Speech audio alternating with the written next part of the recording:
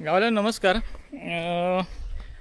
माझ्याबरोबर जो कायम असता आमचं सोनू आणि राजू बाळोजी त्यांचा बंगलो असा पाठी तुम्ही बघताय तो भिवा हाऊस. आणि त्यांची खासियत म्हणजे काय, दरवर्षी त्यांच्याकडे नागपंचमी म्हणा किंवा तुमचा गणपती म्हणा, गणेश चतुर्थी, त्यांच्याकडे भव्य दिव्य असे मूर्ती असतात. म्हणजे गणपतीसुद्धा मोठं असता.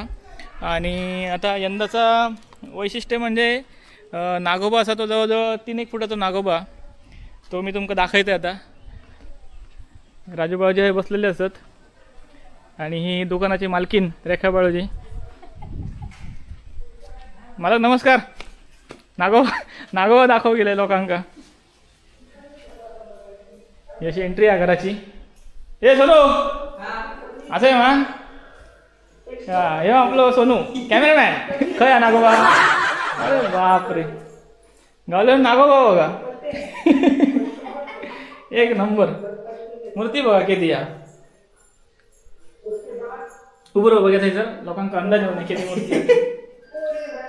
अरे बापरे हात धर असो असं माप दाखव हातात असं रे असं असं असं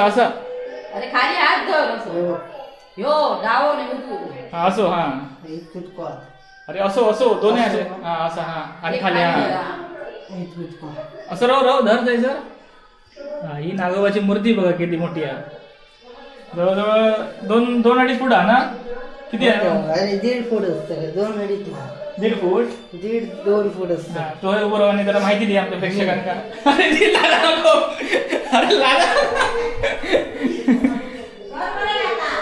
नागोबाची मूर्ती आहे ना किती मोठी मूर्ती आहे बघा. अगदी शास्त्रोक्त पूजा झालेली आहे. बहिणींचं भट आहे सोनू.